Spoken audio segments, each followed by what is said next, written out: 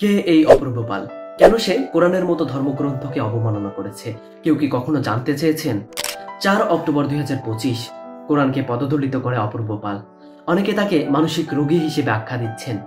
কথা হচ্ছে, north south বিশ্ববিদ্যালয়ের মতো নামকরা বিশ্ববিদ্যালয়ে পড়া চালানো শিক্ষার্থী কিভাবে মানসিক রোগী হতে পারে।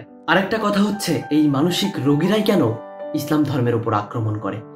আমি ঘটনা নিয়ে এত ডিটেলস ঘাটাঘাটি করি নাই, তবে যতটুকু জেনেছি, অপূর্ব পালের মা একজন ব্যাংক কর্মকর্তা, কিন্তু অপূর্ব পালের বায়োলজিক্যাল পিতা মুসলমান। অপূর্ব পালের পিতা তার মাকে গর্ভবতী করে চলে যায় বা মারা যায়।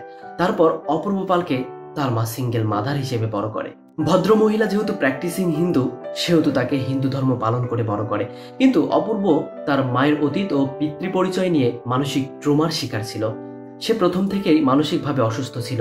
ভার্সিটিতে আসার পর এক মুসলমান মেয়ের সঙ্গে প্রেম করার জন্য সে ইসলাম ধর্ম গ্রহণ করে অপূর্ব আহমেদ হয়ে যায়। কিন্তু একসময় মেয়েটি তার সঙ্গে ব্রেকআপ করে। তখন তার মানসিক সমস্যা বৃদ্ধি পায়।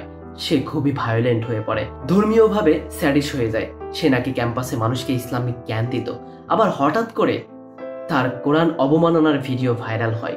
আসলে মূল সমস্যা হলো, সে তার পুরো জীবন নিয়েই মানসিক ট্রমার শিকার।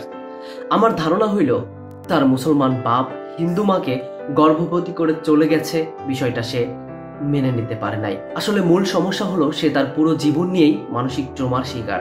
আমার ধারণা হইল, তার মুসলমান বাপ হিন্দু মাকে গর্ভবতী করে চলে গেছে, বিষয়টা নিয়ে তার বাপের উপর রাগ ছিল।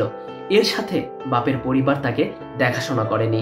আবার সে ক্যাম্পাসে আরেকটি মুসলিম মেয়ের দ্বারা প্রভাবিত হয়েছে। আমার ধারণা, সে কখনো মন থেকে ইসলামকে পছন্দ করে না, বরং তার মুসলমান পিতা ও মুসলমান প্রেমিকার আচরণে সে ইসলাম বিদ্বেষী হয়ে ওঠে।